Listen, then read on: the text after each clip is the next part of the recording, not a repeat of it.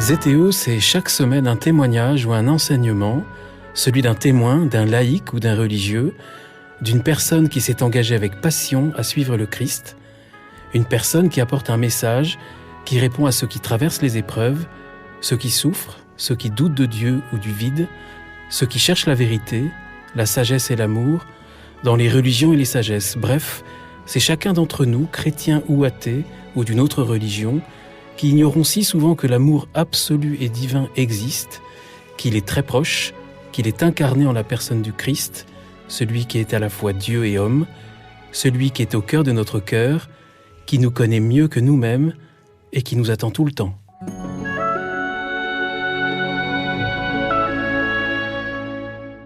Bonjour chers auditeurs de ZTO, bienvenue pour un nouvel épisode, je suis Guillaume Devoux.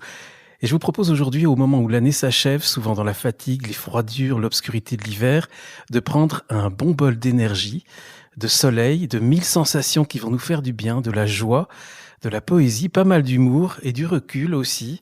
Alors pour nous donner tout cela, j'ai la joie de retrouver une femme qui est déjà venue au micro de ZTO, qui est connue pour son profil de femme d'entreprise, de femme d'affaires engagée notamment pour le bien commun.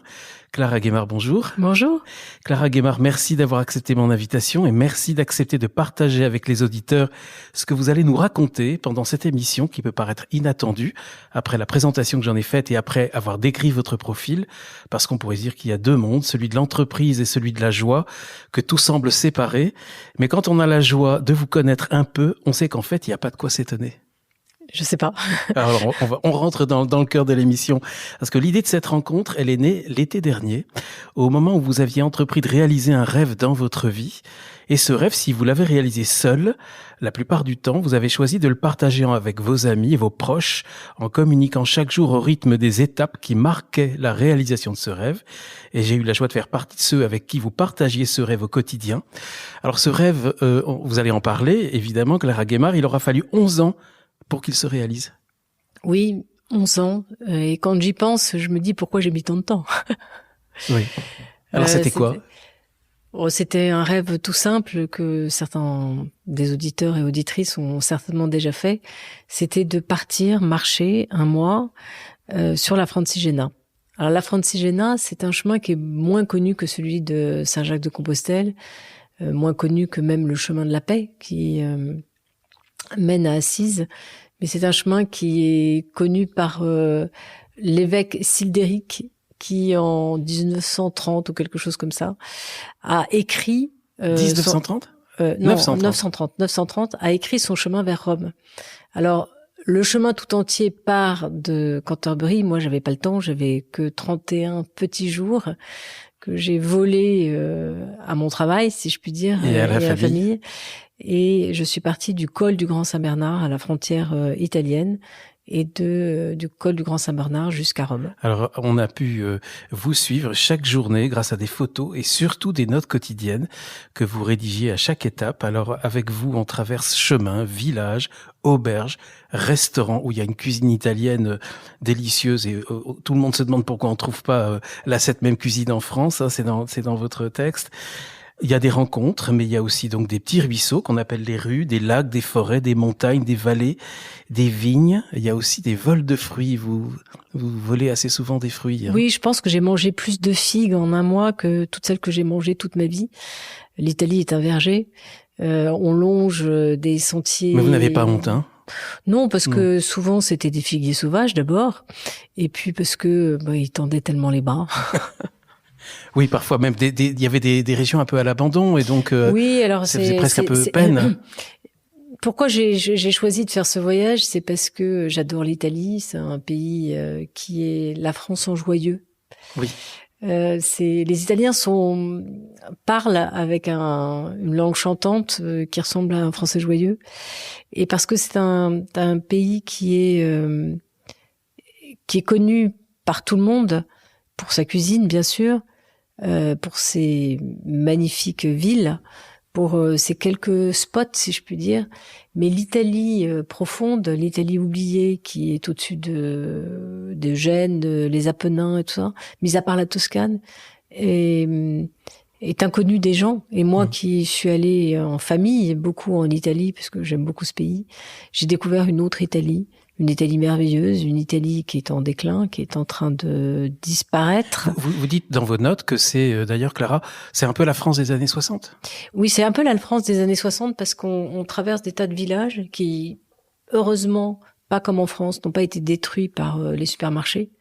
Il n'y a pas de supermarché, donc dans le moindre petit village, on trouve l'épicerie, la boulangerie, encore le boucher, et puis surtout des places de village où personne ne sort son téléphone portable, les gens discutent, les enfants jouent, les vieux jouent aux cartes, une espèce de bonheur d'antan, quoi. Et qu'on ressent en vous suivant, parce que vous aussi, vous jouez, vous dansez. Mais avant justement d'en parler, avant d'entrer justement dans ce que vous avez vécu, quelques mots peut-être sur les conditions de marche, parce que vous le dites, je suis pas venu pour faire pénitence et vivre la souffrance. Je cherche le beau, le bon, le doux, l'agréable, même si ça demande quand même parfois un effort.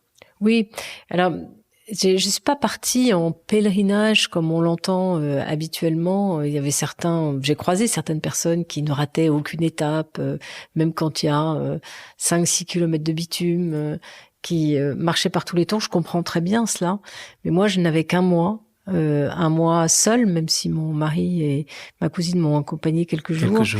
Et j'avais juste envie de savourer la beauté du monde, la beauté de la nature, déguster le bonheur tout simplement de marcher, même si j'ai marché, j'ai fait quand même en un mois 650 kilomètres, et puis ça monte et ça descend, tous les jours il y a au moins 500-600 mètres de dénivelé, donc bien sûr il y avait l'effort physique, mais on le ressent pas beaucoup, il y a quelques cloques à droite à gauche, mais oui, vous ne vous plaignez jamais, c'est toujours assez joyeux en fait. Oui, parce que au fond quand on marche dans la nature, quoi de plus régénérant que de redécouvrir ces choses si simples et essentielles qui sont à portée de main. Nous vivons dans un monde qui nous coupe de la nature. Et ça, vous y revenez souvent. Et la marche et la nature sont des choses qui nous sont à la fois évidentes et vitales. Alors, il y a aussi quelque chose d'assez original avec votre marche, Clara Guémard, c'est que vous le dites, je préfère dormir chez l'habitant plutôt que d'aller dans les hébergements prévus par les guides. Je crois que c'est pas uniquement pour des questions de ronflement que les Italiens ronfleraient très fort, mais c'est aussi parce que vous avez un souhait de rencontrer les habitants et aussi de solitude.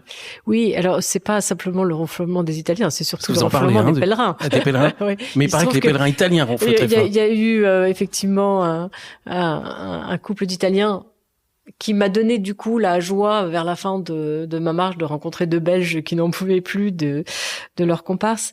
Non, moi je voulais venir à la rencontre de l'Italie, et le meilleur moyen de venir à la rencontre de l'Italie, c'est d'habiter chez eux. Je l'ai pas fait du tout non plus dans un souci ou dans un désir de mendicité, ce que je comprends très bien.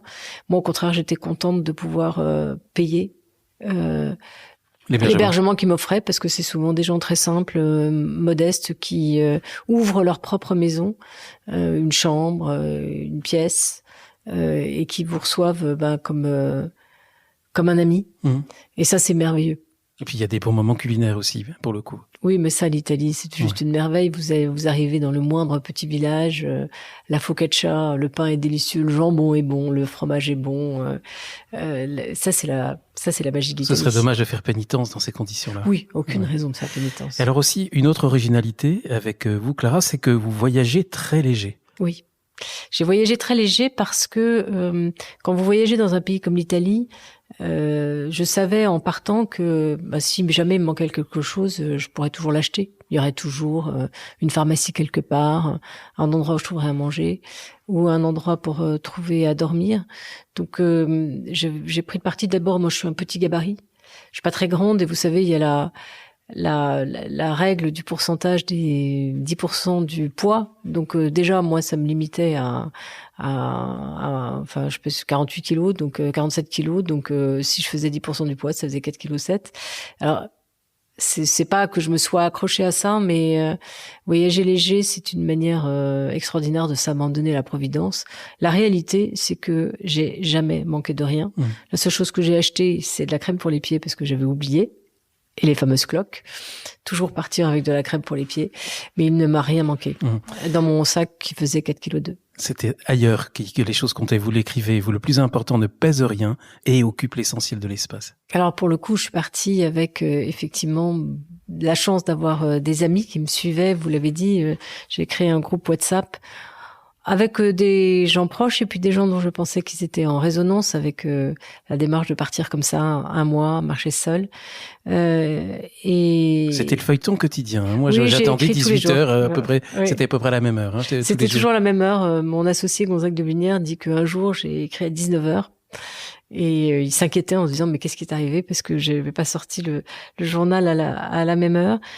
C'était un moment de communion, de partage et puis surtout j'ai reçu plein de messages de gens qui me demandaient de prier pour quelqu'un, de porter une intention ou qui me racontaient des souvenirs ou des expériences que ce que je racontais leur évoquait. Et ça, cette communion-là, elle est juste magique. Et donc, c'est ce qui m'a donné aussi envie de continuer. Mais il y en a pas mal moi, d'ailleurs, j'osais pas trop vous écrire. On a un tout petit peu échangé, mais j'osais pas trop. Je me disais, il faut pas la déranger. Elle est dans sa marche, mais je vous accompagnais. J'envoyais des smileys dès que je le pouvais, mais je restais là. Je crois que pas mal était comme ça. Oui, pas mal était comme ça, mais il y en a certains qui ont quand même avaient besoin de partager. Et c'est assez étonnant parce que ça m'a porté aussi de savoir que certains vivaient par procuration le voyage. Et puis la raison pour laquelle j'ai partagé ce voyage, c'est que il y avait tellement de joie de ces minuscules plaisirs quotidiens que j'avais vraiment envie de le. Et c'est fou ce qu'il y en a. Hein. De le partager. Et puis si j'ai écrit ça, c'est aussi pour deux raisons. D'abord parce que j'ai envie de faire aimer la Francigena, qui est un pèlerinage qui est peu connu, en France en tout cas, et même globalement, et qui mérite tellement. Et puis surtout parce que avant de partir, tous les gens me disaient « mais c'est incroyable ce que tu fais, tu pars marcher un mois toute seule, t'as pas peur, mais tu vas pas avoir le cafard. » Et moi, ça me semblait pas du tout extraordinaire de faire ça, parce que au fond, plein de gens font... Vous n'avez jamais eu peur ? Je n'ai jamais eu peur, sauf des chiens. Ah, quand même. Oui, les chiens. Alors, à tort d'ailleurs, parce qu'en Italie, il y a très peu de chiens sauvages, mais il y a beaucoup de chiens. Et bon, ça, c'est lié à un traumatisme personnel, parce que quand j'étais enfant, j'ai été mordue par un chien, que ma fille a été attaquée par un chien et qu'elle a été amnésique pendant quelques jours. Donc, j'ai très peur des chiens que je connais pas, et surtout, je comprends pas pourquoi ils m'aboient dessus, parce que moi, je leur veux aucun mal. D'ailleurs, dans le côté ridicule, j'avais apporté un espèce d'objet dans mes 4,2 kg, un petit objet qui à pile, qui émet des ultrasons et qui les faisait fuir exactement. Ça marchait ? Un quart de seconde, oui. Ça les laissait en suspens, et c'est un son qu'ils aiment pas, et ils étaient censés s'éloigner. Et je me suis beaucoup moquée de moi-même avec mon petit appareil, mais ça me rassurait. Ben, ça a peut-être servi quand même. Il y a encore un détail qui est assez amusant. Après, on va rentrer un petit peu plus dans le voyage, mais c'est cette question de faire confiance à la guérison naturelle que j'ai beaucoup aimé, ne pas se préoccuper de la douleur. Donc, pas de pansement ? Alors si, alors d'abord, et le moins de traitement possible. J'ai eu la chance, j'en parle dans mon récit, mais d'avoir écouté les préceptes des moines. Les moines, ils ont tout compris, hein, parce que d'abord, quand vous allez dans les monastères, c'est toujours les plus beaux endroits du monde. Donc, certes, ils s'isolent pour prier, mais ils choisissent pas les endroits les plus moches du monde. Hein. Et surtout, ils ont toujours des sandales aux pieds. Alors moi, pendant longtemps, je pensais que c'était pour faire vœu de pauvreté, mais en fait, la sandale, c'est le meilleur outil de marche, parce que le pied respire, vous n'avez pas chaud, vous transpirez pas. Ça tient très très bien les pieds quand vous prenez des sandales de pèlerin, justement. Et donc, j'ai eu la chance d'avoir très peu de douleur, sauf 2 cloques au talon que c'est marrant parce que j'en ai parlé 1 ou 2 fois, mais tout le monde se souvient de ça, de ma douleur, de mes fameuses 2 cloques, parce que j'avais pas mis de crème aux pieds. Mais non, j'ai pas eu de douleur. La magie du corps qui au début rouillait les premiers jours, on est fatigué, on a mal au dos, on a un peu mal partout, mais et puis petit à petit. Je me souviens avoir croisé une Polonaise qui était partie, elle, de Canterbury, qui marchait avec un sac à dos tout à fait inconfortable, Et elle m'a dit, moi maintenant, je pourrais marcher tous les jours de ma vie. Il y a une forme d'entraînement. La marche, c'est pas un sport, c'est une fonction vitale que tout le monde pratique. Ça n'a rien à voir avec le fait de se dire, je vais partir faire de la voile ou faire quelque chose d'acrobatique. C'est juste notre façon de nous mouvoir. Alors il y a beaucoup de poésie dans le texte. Il y a des paysages magnifiques. Et vous le dites, nous allons de surprise en béatitude. Oui, mais parce que l'Italie, contrairement à ce qu'on pourrait imaginer, c'est pas... bien sûr, il y a l'Italie des plages, mais l'Italie, elle a une colonne vertébrale, un axe majeur qui s'appelle les Apennins. Et les Apennins, c'est pas du tout comme les Alpes. C'est pas des vallées profondes qui montent et puis on arrive au sommet et on redescend. Ça monte et ça descend tout le temps. Donc vous êtes sur une espèce de danse, un peu comme un opéra, où vous montez, où vous dansez, où la musique de la terre se joue, mais tous les jours. Tous les jours, vous avez un peu de montée, un peu de descente, alors, sauf dans la plaine du Pô, qui elle est plate, mais qui pour le coup a le champ du riz, puisque c'est là où c'est la plaine du Pô où se fait le risotto, le fameux risotto. Et au mois d'août, les couleurs sont ocre, magnifiques. Donc il y a une variété permanente. Et puis, au-delà de la nature, il y a cette communion que les Italiens ont su magnifiquement créer, cette harmonie avec les villages. Chaque village a quelque chose qui vient du Moyen-Âge, son dôme, l'église, le Duomo, et puis la place du village. Il n'y a aucune place qui soit totalement géométrique. Elles ont toujours des formes harmonieuses. C'est les génies de l'architecture. Hein, c'est vraiment ce génie de l'harmonie entre l'homme et la nature. Et puis la splendeur de la campagne, où, mis à part dans la plaine du Pô, vous n'avez pas la grande industrialisation agricole. Alors il y a beaucoup d'humour, il y a pas mal de recul sur soi. Ça va donner l'objet d'un livre, je crois. Oui, c'est un livre qui normalement devrait sortir au mois d'avril. On l'annoncera certainement sur Zétéo. Il y a de la tendresse, et même j'ai bien aimé cette tendresse. Il y a des personnes qui ont visiblement un petit peu bu et qui parlent pour le coup très fort, et vous concluez être sourd rend sourd. Oui, c'est vrai. Ça c'est assez amusant. Il y a plein de petits passages comme ça. Alors justement, on découvre d'abord la vallée d'Aoste. Vous parliez de l'Italie, nos cousins joyeux. Il y a beaucoup de noms de villages français. J'ai noté, il y en a plein. Il y a Châtillon, Saint-Vincent. Donc on est là, et puis on est dans des sentiers oubliés qui mènent, vous dites, dans une Italie, vous l'avez un petit peu dit tout à l'heure, Clara Guémard, dans une Italie perdue. Oui, alors la vallée d'Aoste, c'est la vallée sœur de la Savoie. Alors nous sommes, mon mari est savoyard, nous avons une maison en Savoie et on va assez souvent à Aoste. Et cette vallée d'Aoste, elle descend vraiment du col du Grand Saint-Bernard et dans la plaine du Pô, dans cette grande vallée fertile de la plaine du Pô. Et à l'époque, avant l'exode rural, l'Italie était un pays presque surpeuplé, avant de partir aussi l'exode américain. Et donc les gens allaient dans les montagnes et essayaient d'exploiter au maximum toutes les montagnes.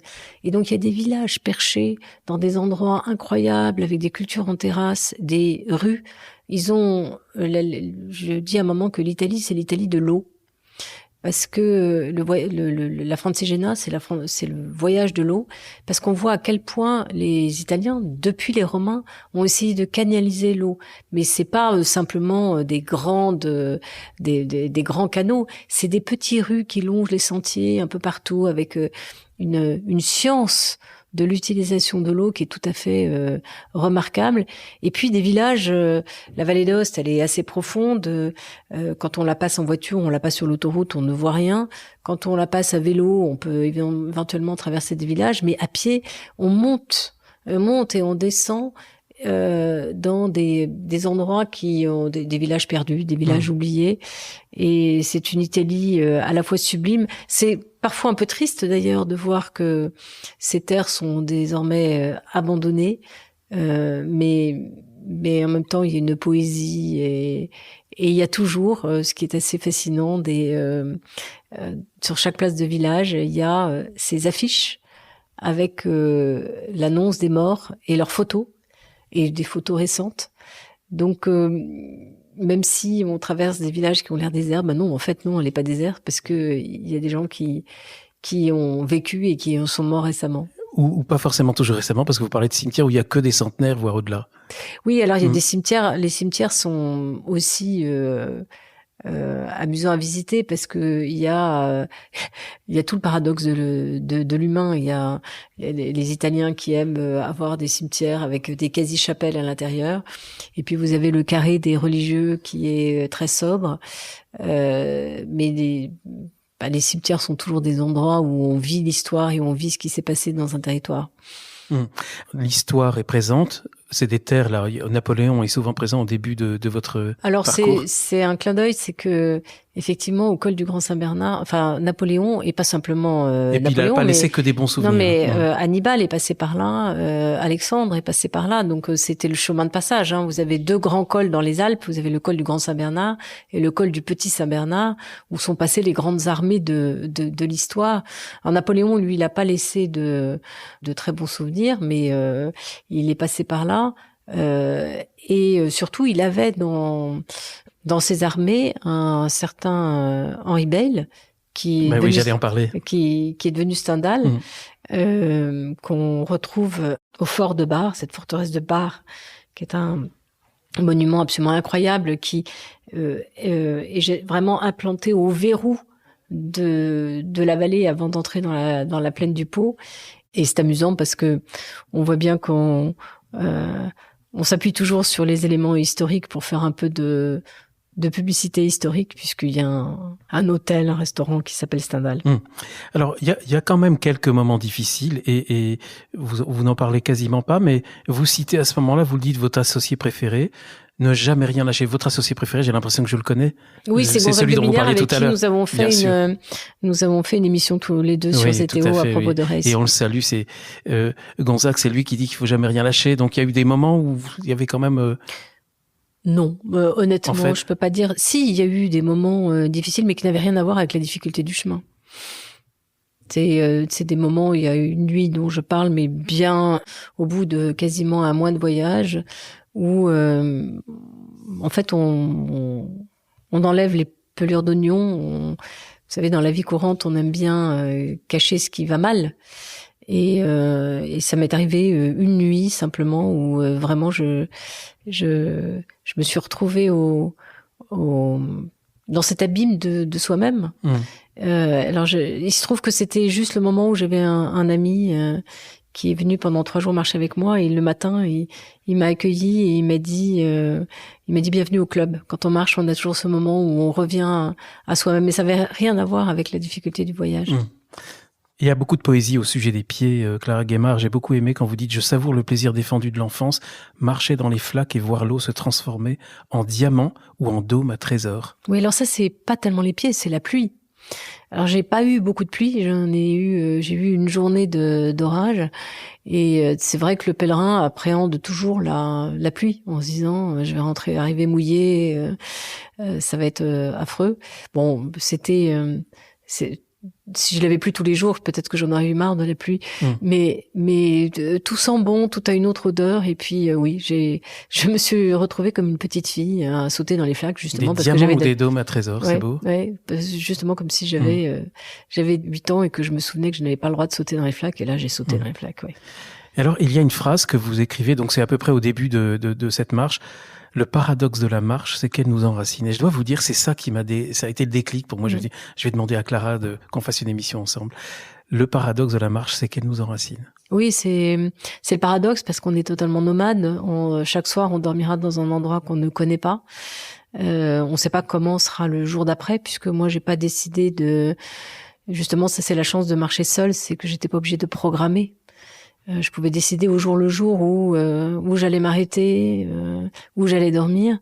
Mais justement, ce fait d'être nomade et d'avoir juste son petit sac à dos avec soi nous détache tellement de tout ce qui nous pollue, de ce qui nous encombre, que ça nous ramène à qui on est, tout simplement à l'essentiel. Et que cet essentiel, en fait, il est incroyablement joyeux.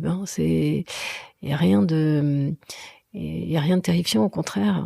On retrouve son âme d'enfant, et dans le sens où ça nous enracine, c'est C'est vraiment l'idée que on revient à la simplicité de l'être, de ce qu'on est profondément.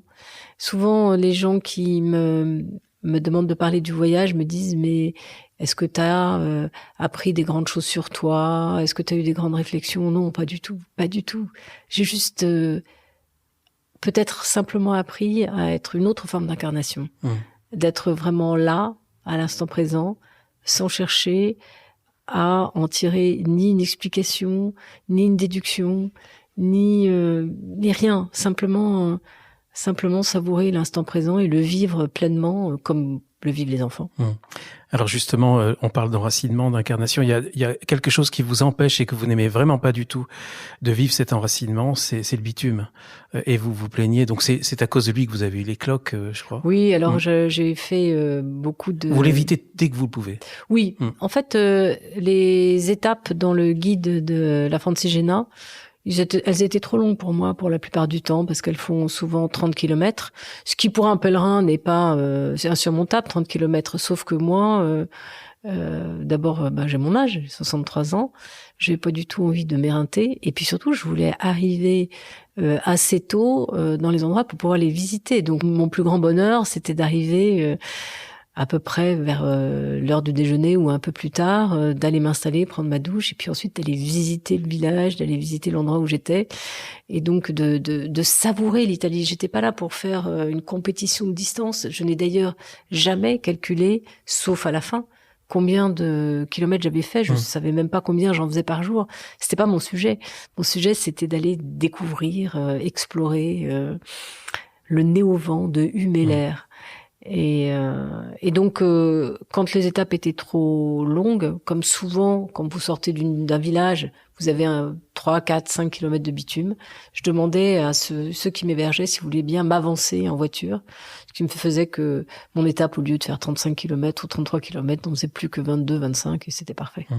C'est l'occasion quand même pour vous pour le coup, de vous plaindre de cette désertification rurale, de cette qu'on s'agglutine tous dans des aménagements urbains où tout est violent, les voitures vont vite, les ronds-points infranchissables, les trottoirs inexistants, même, je crois que les pistes cyclables aussi, vous les aimez pas beaucoup. Oui, alors ça, c'est un moment où j'avais effectivement mal aux pieds et j'avais des cloques au talon et donc je cherchais l'herbe parce que ça fait moins mal. Mais surtout, ce qui m'a frappé, et ça, c'est vraiment une des révélations du voyage, c'est à quel point, et ça, c'est un constat un peu triste, notre civilisation récente est une civilisation de la laideur. Surtout les entrées de ville. Mais partout, on a construit une civilisation où si vous n'en faites pas partie, que vous ne pouvez pas en faire partie, cette civilisation vous exclut complètement. Imaginez que vous venez marcher à pied à l'entrée de n'importe quelle, alors c'est encore plus vrai en France, à n'importe quelle ville en France, vous avez marché dans les bois, vous avez marché dans les champs, et puis brusquement, vous avez ce bitume, vous avez des ronds-points, où rien n'est prévu pour les piétons, et puis des parkings, et puis des supermarchés, et puis cette espèce de lieu totalement inhumain où personne se rencontre, les gens claquent la porte de leur voiture et vont faire leurs courses et reviennent, avant d'accéder à la ville qui elle-même, en général, est absolument charmante, délicieuse, harmonieuse. Alors ça, c'est vrai en Italie. En France, malheureusement, elle est souvent déserte. Les centres-villes sont oubliés. Et donc, ça m'a fait vraiment réfléchir sur qu'est-ce qui avait fait que ces dernières années, parce que c'est finalement assez récent, ça a peut-être 50 ans, 40 ans, on s'est pris à oublier complètement et à construire par efficacité, par commodité, par culte de la consommation, une civilisation, de la laideur et de l'exclusion. Alors heureusement, la beauté, vous la retrouvez toujours très vite, Clara Guémard, parce que vous retrouvez la nature. Il y a beaucoup de poésie, je le disais, et on le trouvera dans ce livre, donc qui va reprendre l'essentiel de ce que vous avez écrit. Oui, et puis j'y ai rajouté aussi une sorte de dictionnaire amoureux de la Francigena. On en reparlera. On en reparlera sur Zeteo. Je cite un passage que j'ai beaucoup aimé. La musique du vent ressemble à la mer sans le ressac. Il joue avec la cime des arbres. Les feuilles dansent et tracent des ombres mouvantes sur le sol. Soudain, un chevreuil bondit et se cache dans les bois. Nous restons un moment à nous observer. Oui, ça c'est la magie de la marche solitaire. Hein. C'est que et pourtant l'Italie est un verger. Il y a peu d'endroits très sauvages, mais il y en a quelques-uns. Et les animaux sont là. Je me souviens d'une journée où j'ai passé les journées je dérangeais les poules faisanes qui caquetaient furax que je vienne les déranger, mais à 1 mètre de moi. Et cette nature tellement généreuse, surabondante, splendide, que la civilisation de la voiture nous fait complètement oublier. Alors, on a quitté la vallée d'Aoste et puis on passe en Toscane, en Ombrie, et là vous parlez, et puis c'est assez drôle quand même, c'est pour ça que je me permets de relever ce passage, vous parlez des terres pauvres et oubliées des Italiens eux-mêmes. Je serais un homme, je dirais qu'elles ondulent sous le soleil comme les fesses de Brigitte Bardot dans La vérité de Clouseau. Oui. Alors c'est amusant parce que j'ai eu une réflexion d'une femme qui m'a dit « Ah, c'est bien un réflexe, tu mets « si je serais un homme » alors que tu peux dire une femme pourrait penser la même chose. Je lui dis « Oui, mais c'est juste un exercice de style parce qu'en fait, je le dis. » Oui, en fait, c'est cette beauté des Apennins qui sont des montagnes, oui, qui dansent. Elles dansent. Moi, je l'ai dit tout à l'heure, hein, pour moi, ça me faisait penser à un opéra de Mozart. C'est une variété de paysages à chaque pas, quand on arrive à un petit sommet, on redescend et la végétation n'est pas la même. Et puis surtout, à chaque détour, il y a un petit oratoire, il y a une maison oubliée, il y a des murs anciens. Preuve que les hommes ont été partout dans tous les recoins, mais sans jamais détruire la nature, toujours en harmonie avec elle. C'est ça que nous apprend l'Italie. Quand on arrive en Toscane, qui est l'endroit le plus léché, le plus beau, le plus parfait, mais c'est pas l'endroit que je préfère. Moi, j'ai de loin préféré la traversée des Apennins parce que c'est beaucoup plus sauvage. On voit comment l'homme a su pendant si longtemps vivre en harmonie avec la nature parce qu'il savait que la nature était sa terre nourricière. Et c'est cela aussi ce que nous avons oublié ces 50 dernières années. Vous y êtes nourrie, Clara Guémard, parce que vous le dites... Il y a une transformation qui se produit en douceur, mais en profondeur aussi. Vous dites, voilà 15 jours que je marche et chaque matin, l'enthousiasme, l'envie de la découverte sont intacts, dénudés des inquiétudes, la joie se purifie. Cette joie, elle est présente partout. Oui, alors surtout, ce qui est amusant, c'est que vous arrivez, en fin de journée, dans l'après-midi, quand vous arrivez, on est quand même rompu, hein. On a marché, j'ai marché, je suis descendue. Vous étiez entraîné quand même? Non, pas du tout. Non. Enfin, j'aime bien marcher, mais c'est vraiment accessible à tout le monde et puis chacun peut le faire à son rythme, hein. Il y avait des gens qui marchaient. Je parle d'un monsieur Coquillage qui lui faisait le pèlerinage. On a l'impression que vous faites la course là pendant toute une journée. Ah, c'est lui qui fait. Enfin, lui, il allait beaucoup plus vite que moi. Lui, il a pas sauté les 6 kilomètres du début. Il les a fait consciencieusement sur le bitume et il me dépasse et je vois son coquillage. Et il ne me dit pas un mot et il me fait un signe avec la main pour me montrer qu'il a fait 4 fois Compostelle. Donc lui, c'était vraiment un pur et dur. Moi, c'était pas qu'à manquer du tout. Moi, j'étais une fantaisiste, une dilettante absolue sur ce chemin. Et alors, c'est une fatigue, mais en même temps, ce que je voulais dire, c'est que le soir, vous arrivez, vous êtes fatigué, vous êtes fourbu, et le lendemain matin, mais le corps se restaure pendant la nuit. Et on repart reposé et avec une seule envie, c'est que ça ne s'arrête jamais, quoi. C'est ce que je voulais dire, hein. Vous dites, la Francigena est un chemin de jouvence. J'ai 10 ans. Je joue avec les cailloux, je danse sur un air que j'invente. Personne pour juger la grand-mère que je suis, en plus. Oui, c'est vrai. On est en liberté totale, on redevient un peu sauvage. Et puis, surtout, ça m'a jamais tellement préoccupé, mais alors le regard des autres, comme de toute façon, il y a personne. Un chevreuil de temps en temps, ou des chiens. Oui, et puis c'est quand même des chemins oubliés, hein. Moi, j'ai vu, les pèlerins, on commence à les voir à partir de la Toscane, mais avant, je croisais quasiment personne. Et alors, au sujet de cette joie et de cette allégresse que vous ressentez dans votre corps, j'ai beaucoup aimé ce passage, Clara Guémard, quand vous dites, je ressentais cette allégresse de mon corps qui me disait merci, tu me laisses enfin vivre, m'exprimer, ressentir. Oui, quand on part marcher comme ça pendant un mois, en fait, le corps devient le premier. Il a la première place. Parce que c'est lui qui vous mène. et c'est lui qui décide. Et au fond, de lui redonner de temps en temps la première place qu'on oublie toujours, parce que le corps, on le mène à la schlag. On lui dit tu fais ci, tu fais ça. Ce sont nos pensées qui guident nos actes. Alors que là, c'est le chemin qui vous guide le chemin. Et moi, quand j'étais fatiguée, je m'arrêtais. Quand j'avais faim, je m'arrêtais. Quand j'avais soif, je m'arrêtais. Il y avait toujours quelque chose de beau à voir. Donc, c'est vraiment le corps qui a rythmé mon chemin. C'est pas l'inverse. Et ça, y a plein de sensations totalement oubliées qui ne sont pas simplement celles de l'effort, mais simplement de jouir, de ressentir tout ce qui se passe. On sent, au bout d'un moment, les premiers jours, il y a toujours une forme d'inquiétude en disant est-ce que je vais y arriver, est-ce que je vais pas avoir le cafard, etc.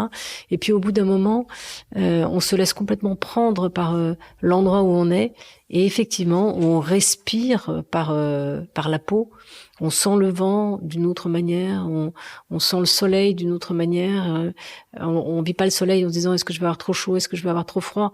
On vit le soleil simplement dans ce qui nourrit le corps et qui nous habite. Et les éléments deviennent des compagnons de voyage. Alors, il y a des rêves on sent qu'il y a beaucoup de rêves de petites filles que vous avez pu réaliser. Il y en a un auquel j'ai été sensible, c'est cette nuit dans une cabane, dans un arbre. Oui, il se trouve que il y avait une étape que je voulais sauter parce que j'avais regardé dans les guides justement où elle était pleine de bitume et le long d'une voie de chemin de fer parce qu'elle était au bord de l'eau, entre La Spezia et Pietrasanta. Et il se trouve que j'avais un couple d'amis qui ont créé une ferme de permaculture et qui ont un magnifique hôtel. Et donc j'ai fait escale chez eux et comme l'hôtel était plein, ils m'ont proposé de venir dormir dans leur maison. Et j'ai dormi dans la cabane dans le jardin qui surplombait la mer. C'était juste magnifique. Je n'avais jamais dormi dans une cabane dans les arbres. Donc, vous avez bien dormi ? Oui, très très bien. Alors, il y a quelques villes dont vous parlez, on sent qu'il y en a que vous préférez à d'autres. Lucas, on dit Lucas ? Alors, en fait, vous avez des villes qui sont juste magnifiques, comme Lucca, Pietrasanta en est une, Lucca, et puis après, bien sûr, San Miniato, San Gimignano. Voilà, c'est celle que j'ai surtout notée. Mais c'est bien sûr des villes absolument magnifiques. Mais moi, mon cœur est beaucoup plus resté dans les petits villages perchés, aux noms inconnus comme Gambassi Terme, qui sont aussi absolument magnifiques, mais qui sont les oubliés des touristes, et où la vie italienne bat son plein. San Miniato, c'est évidemment une longue épée couchée sur le rocher dont la tour et la cathédrale seraient le pommeau. C'est exactement ça. Ouais. C'est vraiment une ville tout en longueur. C'est sublime, mais c'est mort. C'est-à-dire qu'il n'y a plus que les touristes. C'est une ville qui ne vit que par le tourisme. Et puis, San Miniato, c'est comme une ville qui...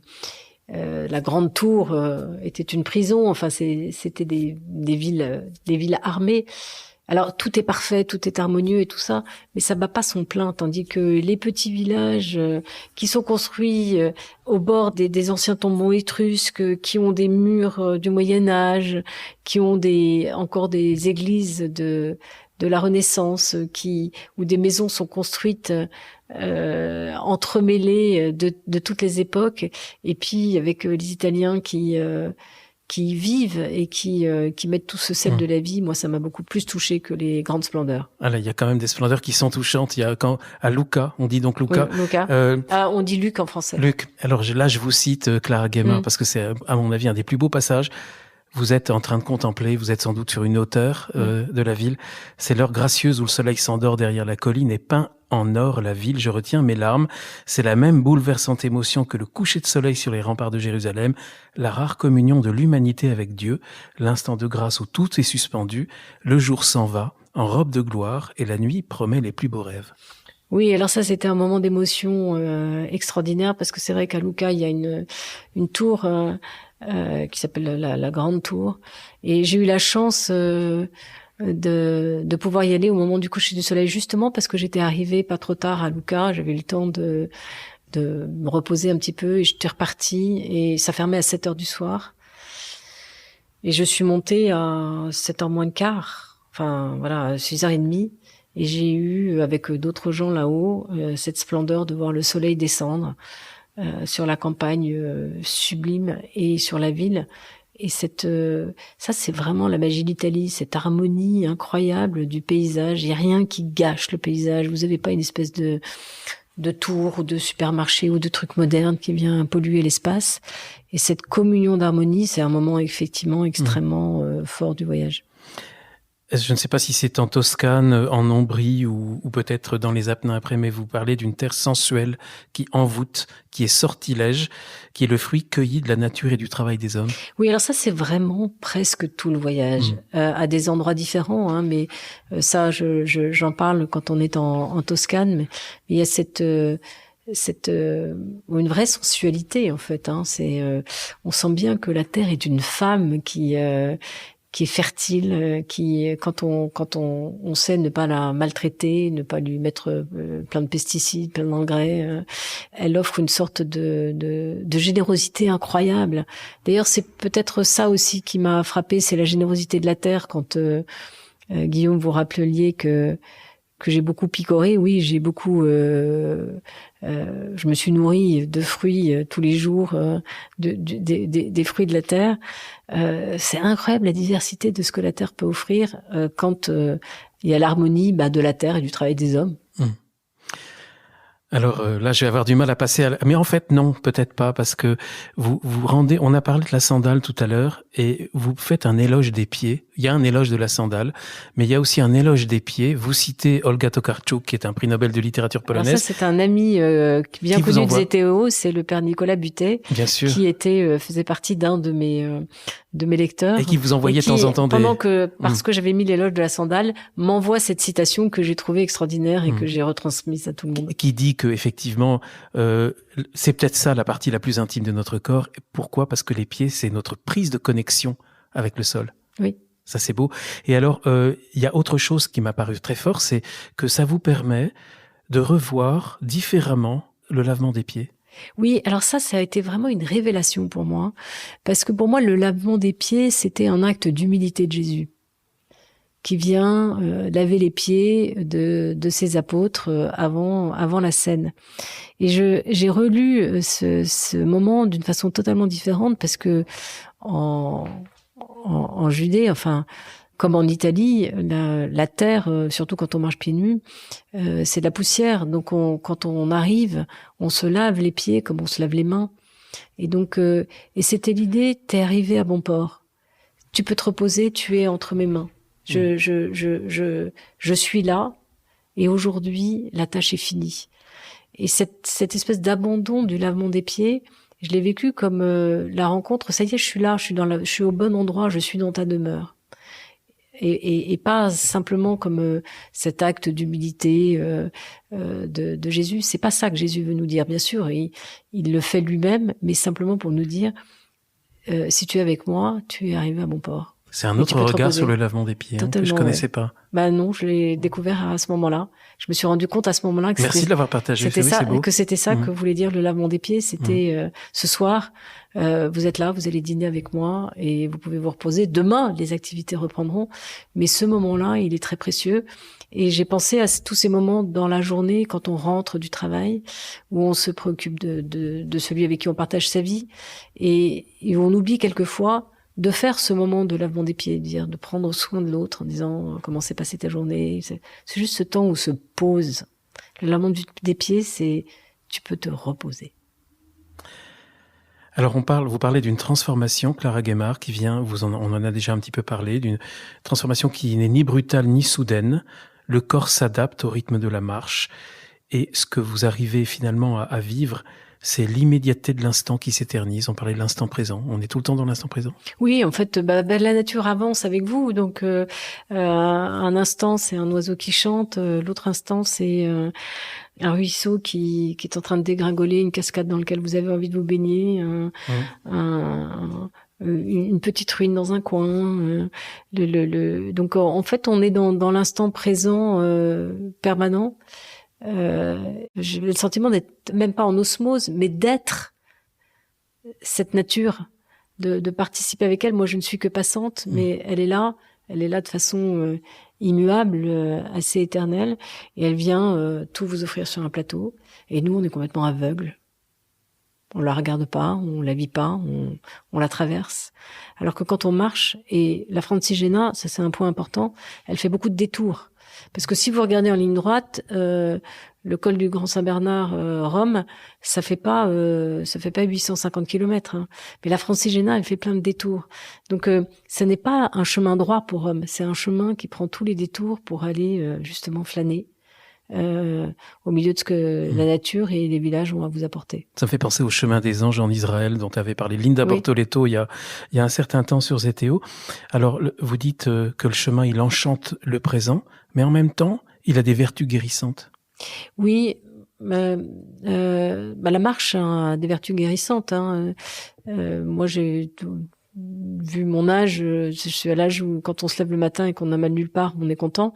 Moi, j'ai toujours eu des bobos comme tout le monde, une sciatique récurrente, des maux de tête, mais alors j'ai jamais eu mal nulle part, sauf à mes 2 fameuses cloques pendant la marche. J'étais fatiguée, bien sûr, le soir. Hein. J'avais cette fatigue saine, mais bien sûr, je pense que de marcher a des vraies vertus guérissantes.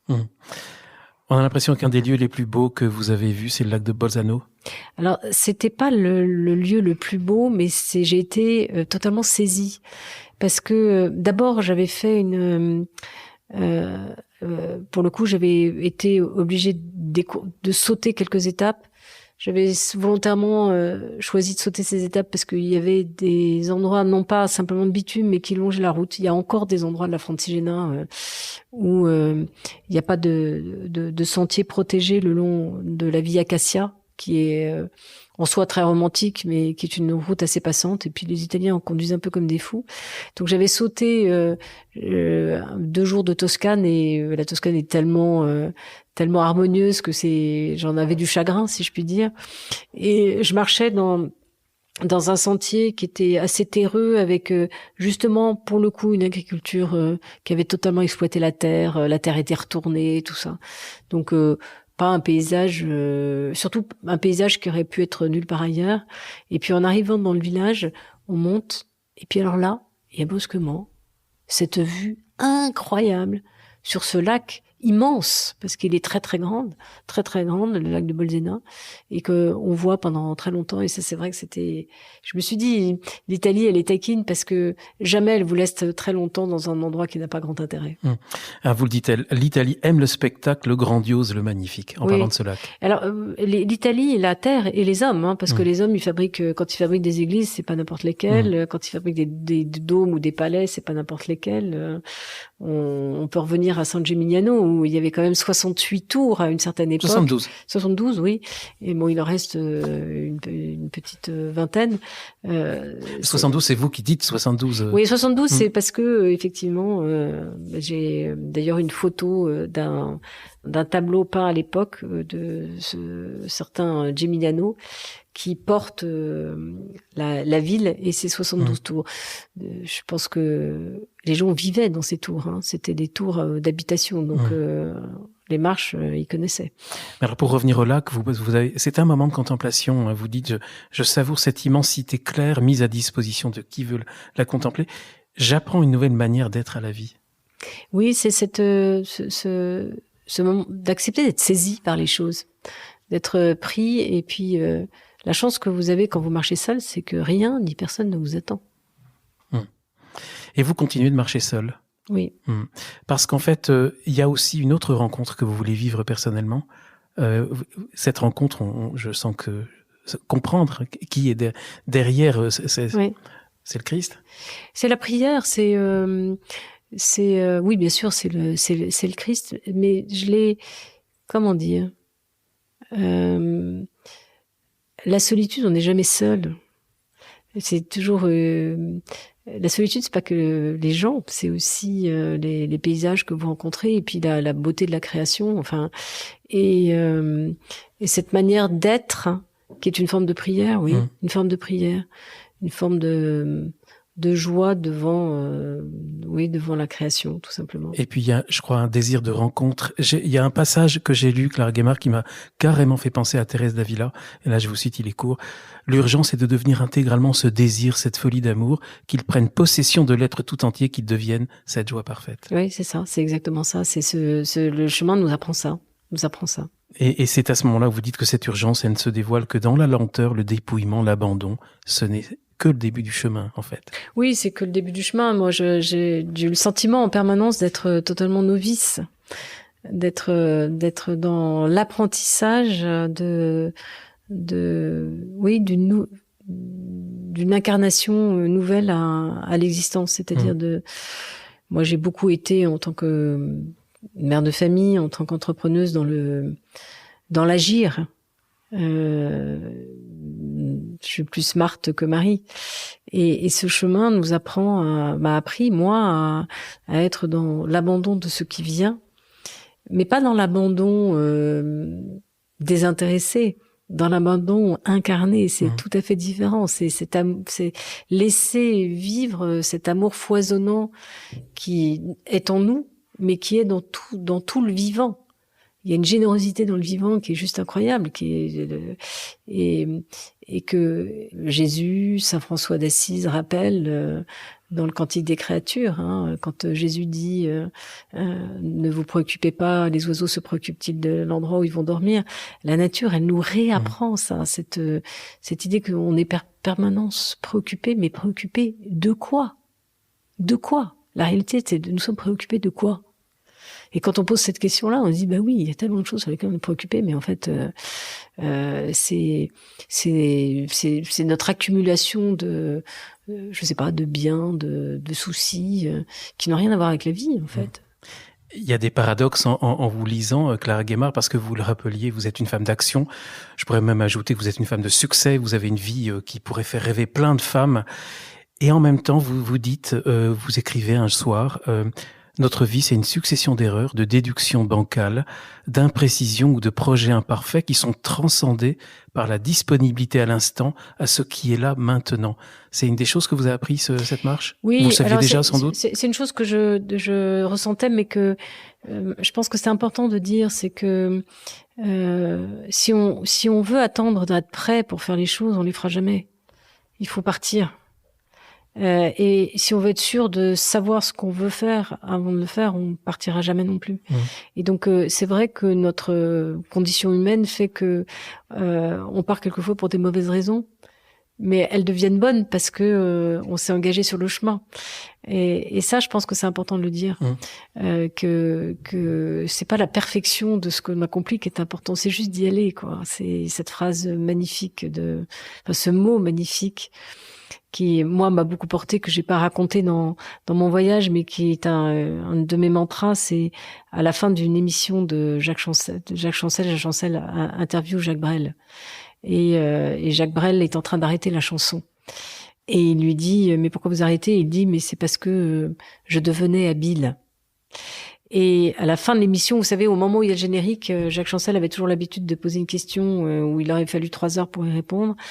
Et avec sa voix, il dit à Jacques Brel, c'est quoi votre idéal? Et il y a un silence, et Jacques Brel répond un seul mot, c'est essayer. Et cette marche, c'est ça, j'ai juste essayé. Ça me fait plaisir qu'on parle de radioscopie. Jacques Chancel, c'est un des magnifiques modèles de ZTO. Un autre passage que j'ai trouvé, qui est un petit peu dans la même veine de ce qu'on vient de dire, Clara Guémard, vous le dites. Avez-vous remarqué que souvent les plus belles choses vous arrivent à la suite d'une déconvenue, d'une déception ou d'une mauvaise nouvelle? Oui, ça c'est vrai. Moi je l'avais beaucoup remarqué dans ma vie, mais à chaque fois que je me disais zut, j'aurais peut-être pas dû prendre cette décision-là, ou il y a eu un jour où je m'étais emmêlé les pinceaux dans les réservations d'hôtels, parce que autant j'anticipais pas, mais quand on arrive à San Miniato ou San Gimignano, quand on est pèlerin, il faut trouver un hôtel au centre-ville. Et puis moi, c'était des petits bed and breakfast. Je me voyais pas du tout aller dans un hôtel 4 étoiles avec mon t-shirt et mon short, puisque je n'avais que ça. Et une robe. Et une robe. Donc il y a 1 ou 2 endroits où j'ai anticipé de 2 jours mes réservations d'hôtel, et évidemment je me suis emmêlée les pinceaux et les jours, et donc il a fallu que je me retombe sur mes pattes, que je trouve où dormir. Et c'est à ce moment-là, quand on est un peu dans la contrariété, en se disant que ça marche pas comme ça, comme sur des roulettes, c'est à ce moment-là que vient une rencontre, un moment magnifique qui était pas prévu. Un moment qui est moins magnifique, je m'y attendais pas trop, mais en fait je suis pas si surpris que ça, c'est l'arrivée à Rome. C'est pas si facile au début, hein. Vous parlez d'une joie vivante dans les sentiers, puis tout d'un coup une pesanteur et presque une envie de fuir. Oui, alors pas l'arrivée à Rome, parce que l'arrivée à Rome, je m'y attendais, d'arriver dans une ville sublime et pleine de monde et de tourisme, mais c'est l'entrée dans Saint-Pierre. Là j'ai eu heureusement je n'avais pas fait ce voyage pour Saint-Pierre de Rome, ni pour l'église en fait, hein. Je l'avais fait dans un chemin de rencontre avec Jésus, mais je savais que je retrouverais la joie de la vie, la prière dans les petits sentiers, et pas tellement dans la grande ville de Rome.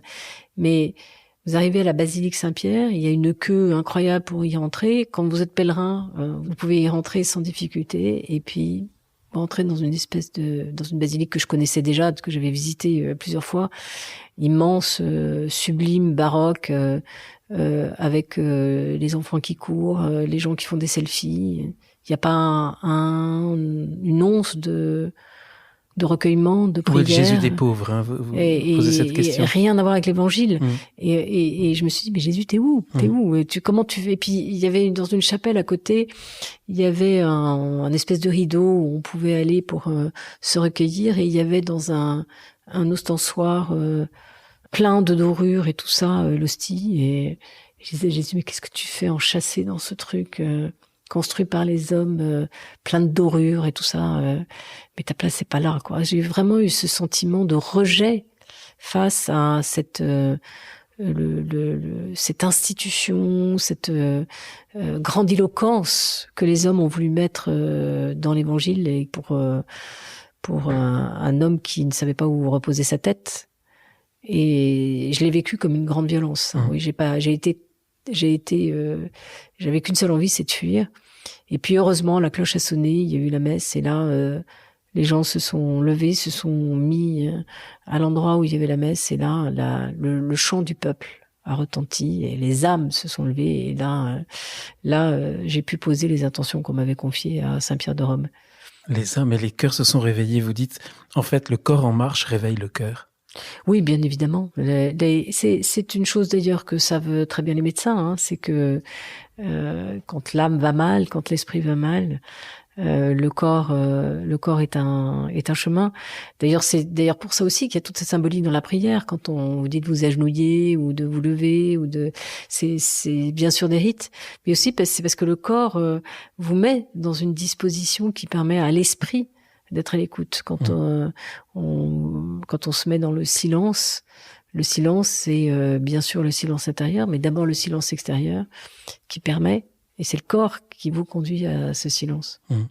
C'est comment le retour après, Clara Guémard? Vous le dites, les amis pèlerins de Compostelle me disent qu'il y a un autre voyage intérieur, celui-là qui commence au retour. Alors avant de parler du retour, je voudrais parler de quelque chose dont on n'a pas parlé et qui me semble très important, parce que on a peu parlé de la solitude. Et je l'ai dit, quand on marche seul, on n'est pas vraiment seul. Mais quand vous marchez seul dans un pays étranger, vous êtes invisible pour les autres. Les Italiens, ils ont l'habitude de voir marcher des pèlerins. Et il y a cette anecdote que je raconte qui est vraiment assez drôle, c'est qu'il y a un moment où il y a je marche sur un trottoir et il y a un monsieur qui arrive en face de moi et qui me fait un buongiorno. Et donc je me dis, voilà, c'est un Italien qui me dit bonjour, donc je lui réponds. Et en fait, il est passé devant moi, il ne m'a absolument pas vu, il parlait à son téléphone, il parlait à quelqu'un d'autre. Donc c'est vraiment cet anonymat qui est à la fois une forme de prise de conscience de ce que peut être l'anonymat des migrants qui arrivent ici en France et qu'on ignore complètement, et en même temps une forme de délectation de n'être attendu par personne. Personne n'est là, personne ne vous attend, et que la seule façon d'être en rencontre avec les autres doit venir de vous.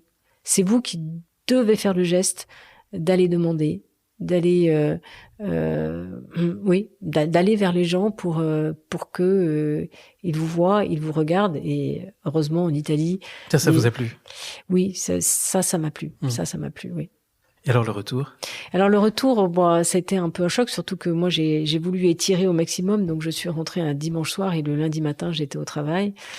Alors peut-être deux choses. La première, c'est que les gens vous attendent là où ils vous ont laissé. Et pour eux, la vie a continué, et vous avez vécu un ailleurs qui a pris tellement de place que la reconnexion est un peu difficile. Mais en même temps, une vraie curiosité de comprendre pourquoi j'ai fait cette marche et comment elle me nourrit. Et sur le plan personnel? Le fait que je puisse le prolonger dans un livre, c'est une vraie source de joie. Ce qui est sûr, c'est que je vais repartir. J'espère pouvoir l'année prochaine aller de Rome à Brindisi, parce que ce qu'il faut pas oublier, c'est qu'en fait, c'était un pèlerinage qui était très très connu au Moyen-Âge. Saint-Louis l'a fait. En fait, les croisés passaient aller à Rome avant d'aller à Jérusalem. Et donc, Rome était une étape pour descendre ensuite au sud, prendre le bateau et aller à Jérusalem. Et au niveau de l'engagement professionnel, vous avez co-créé Raise, où on se retrouve aujourd'hui avec Gonzague de Blinière, qui montre régulièrement il y a des impatiences parce qu'il a envie sans doute de vous rejoindre. On va le retrouver certainement tout à l'heure. Est-ce qu'il y a quelque chose qui change, Raise, pour définir c'est une entreprise qui œuvre pour le bien commun et pour aider le financement d'entreprises? Disons que c'est une entreprise qui est pionnière dans le financement pour le bien commun. Oui, on finance des entreprises et on est une entreprise à mission avec, on donne 50% de ce qu'on gagne à une fondation pour l'entrepreneuriat. On a la parité totale, la diversité. Et évidemment, depuis 10 ans, on enracine nos entreprises dans lesquelles on investit dans l'environnement, l'impact. Puis on essaie d'innover pour le bien commun. Donc, on l'avait dit au cours de cette émission. On avait construit Raise comme ça. Est-ce que quelque chose a changé à votre retour de... Disons que les choses se sont enraciné, approfondi. Oui, le fait que la mission qu'on porte, elle doit être continuée par d'autres, ça oui, puisque et comment on fait pour que la mission de Raise puisse perdurer dans le temps et grandir. Et puis l'innocence, je dirais même cette forme d'inconscience, c'est que à chaque jour suffit sa joie. On verra bien de quoi demain sera fait. Clara Guémard, avant de se quitter, vous l'avez un petit peu dit tout à l'heure, vous appelez en fait toutes les personnes à y aller, que ce soit d'ailleurs de marcher la Francigena ou de faire autre chose, d'écouter le désir, de lui laisser sa chance, parce que le monde a tant besoin de rêves à accomplir. Alors les auditeurs qui vous écoutent, vous leur dites d'y aller? Moi, ce que je leur dis, c'est que il y a toujours des tas de bonnes raisons de ne pas accomplir son rêve. Il y a toujours une obligation, des obligations familiales, des obligations professionnelles, mais on est les seuls à pouvoir accomplir ses rêves. Et le monde a besoin de rêveurs. Et notre civilisation tue le rêve. Donc si je peux porter un message, si vous avez un rêve, et moi le mien, il n'était pas très ambitieux. C'était juste de partir 1 mois sur les mois de la Francigena. C'était pas un truc. Moi, j'adore les explorateurs. J'adore Sarah Marquis. J'adore Linda Bortoletto, que je trouve extraordinaire. J'ai lu tous ses livres, mais je ne m'identifie pas du tout à elle. Je ne suis pas. C'est une aventurière. C'est une vraie aventurière. Moi, je ne suis pas une aventurière. Je suis une exploratrice au petit pied, mais j'explore ma propre vie pour pouvoir la donner au monde. Et personne ne peut être Clara à ma place.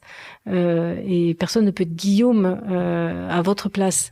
Donc le message que j'ai envie de transmettre avec ce voyage et avec ce livre que je vais publier, c'est de donner envie d'abord d'aller sur la Francigena, parce que l'Italie et d'abord les villages en ont besoin, et l'Italie est un pays absolument merveilleux, et surtout si vous avez un rêve derrière la tête, aussi simple soit-il, aussi petit soit-il, ou aussi... faites-le, n'attendez pas. Le message est passé. J'ai une dernière demande à vous faire, Clara, si vous voulez bien. Parce qu'on l'a pas dit, mais dans vos textes, il y a aussi des magnifiques citations. Oui. On est accompagné par Christian Bobin, Nicolas Bouvier, Saint-Exupéry, Alexandre Jolien, Simone Veil, Camus. J'ai fait une sélection d'une dizaine de citations qui m'ont le plus plu. Ah, d'accord. Alors, je vous montre la feuille. Et puis, est-ce qu'il y en a une qui vous plaît plus que les autres? Elles sont toutes magnifiques. Hein. Il y en a d'autres, j'ai pas tout mis. D'abord, moi, vous avez droit à 2 si vous voulez. J'ai droit à 2, mais Christian Bobin, pour moi, c'est le plus grand poète de notre époque, hein, parce qu'il sait mettre en mots ce qu'on a au cœur de soi. Alors, ça va être difficile de choisir, mais je vais peut-être en citer 2. Je vais commencer par celle de Christian Bobin qui dit ce que j'aime, je ne leur demande rien.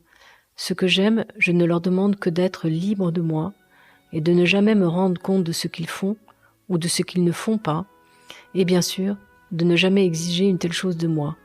L'amour ne va qu'avec la liberté ne va qu'avec l'amour. Et ça, c'était vraiment l'expression de ce chemin. Moi, j'ai remercié ma famille, mon mari, mes enfants, mes collaborateurs, Gonzague, de me laisser partir. Parce que j'avais aussi besoin de pas me sentir coupable de les laisser.